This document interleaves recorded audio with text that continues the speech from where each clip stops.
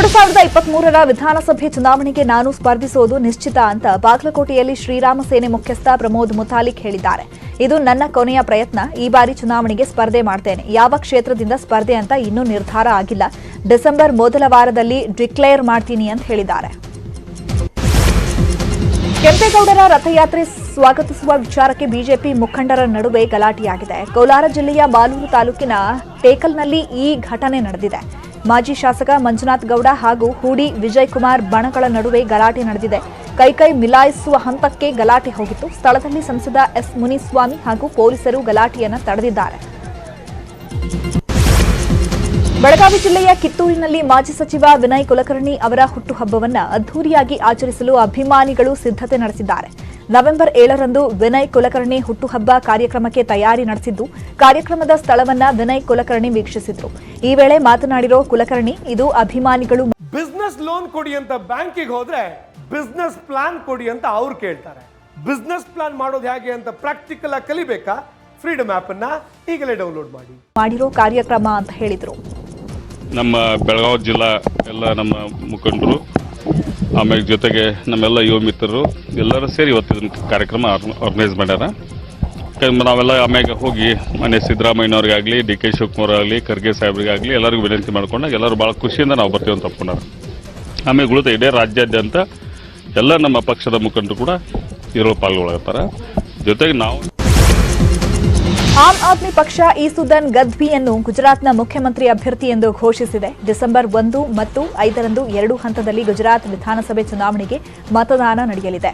ಸರ್ವೆಯೊಂದರಲ್ಲಿ ಮಾಜಿ ಪತ್ರಕರ್ತ ಮತ್ತು ಟಿವಿ ನಿರೂಪಕ ಈಸುದನ್ ಗದ್ವಿ ಪರ 73ರಷ್ಟು ಮತ ಬಿದ್ದಿವೆ. ಪಂಜಾಬ್ನಲ್ಲಿ ಇದೇ ರೀತಿಯ ಸಮೀಕ್ಷೆಯ ನಂತರ ಎಎಪಿ ಭಾಗವಂತ್ ಮಾನ್ರನ್ನ ಮುಖ್ಯಮಂತ್ರಿ ಅಭ್ಯರ್ಥಿಯಾಗಿ ಆಯ್ಕೆ ಮಾಡಿತ್ತು.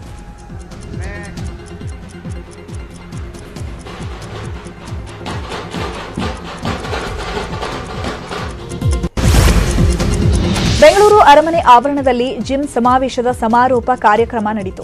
3 ದಿನಗಳಿಂದ ನಡೆದ ಜಾಗತಿಕ ಹೂಡಿಕೆದಾರರ ಸಮಾವೇಶಕ್ಕೆ ತೆರೆ ಬಿದ್ದಿದೆ. ಕಾರ್ಯಕ್ರಮದಲ್ಲಿ ಸಿಎಂ ಬೊಮ್ಮಾಯಿ, ಕೇಂದ್ರ ಸಚಿವ ಭಗವಂತ ಖೂಬಾ, ಸಚಿವ ಮುರುಗೇಶ್ ನಿರಾಣಿ, ಸಚಿವ ಸುನಿಲ್ ಕುಮಾರ್ ಸೇರಿದಂತೆ ಸರ್ಕಾರದ ಹಿರಿಯ ಅಧಿಕಾರಿಗಳು, ಉದ್ಯಮಿಗಳು ಭಾಗಿಯಾಗಿದ್ದರು. ಈ ವೇಳೆ ಮಾತನಾಡಿದ ಬೊಮ್ಮಾಯಿ, ಈ ಸಮಾವೇಶದಲ್ಲಿ 27,057 ಕೋಟಿ ಒಪ್ಪಂದ ಆಗಿದೆ ಅಂತ ಹೇಳಿದರು. We have been seeing a lot of global investor meets. In our own state, we have already done 4 global investors meet. But this investors meet is much more important than the previous ones. This is an extraordinary effort during extraordinary challenging times. I think everybody will understand what I am saying. When the whole world is reeling under recession,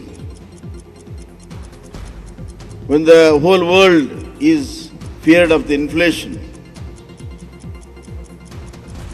governments are trying to meet both ends in the respective countries. There is an economic crisis. There is a financial crisis too. The countries, especially the first world countries who boasted of being economic giants. ಡಿಡಿಎಲ್ಜೆ ಭಾರತೀಯ ಚಿತ್ರರಂಗದ ಅತ್ಯಮೋಘ cinema. ಈ ಸಿನಿಮಾವನ್ನ ನೋಡದ ಚಿತ್ರಪ್ರೇಮಿಗಳೇ ಇಲ್ವೇನೋ ಎಂಬಷ್ಟರ ಮಟ್ಟಿಗೆ success ಕಂಡಿರೋ cinema. ಇದೀಗ ಇದೇ ಚಿತ್ರವನ್ನ ತೆಲುಗಿಗೆ remake ಮಾಡಲಾಗ್ತಾ ಇದೆ. ವಿಜಯ್ ದೇವರಕೊಂಡ ಶಾರೂಖ್ ಮಾಡಿದ ಪಾತ್ರವನ್ನ ನಿರ್ವಹಿಸಲಿದ್ದಾರೆ ಎಂಬ ಟಾಕ್ ಹುಟ್ಟುಕೊಂಡಿದೆ.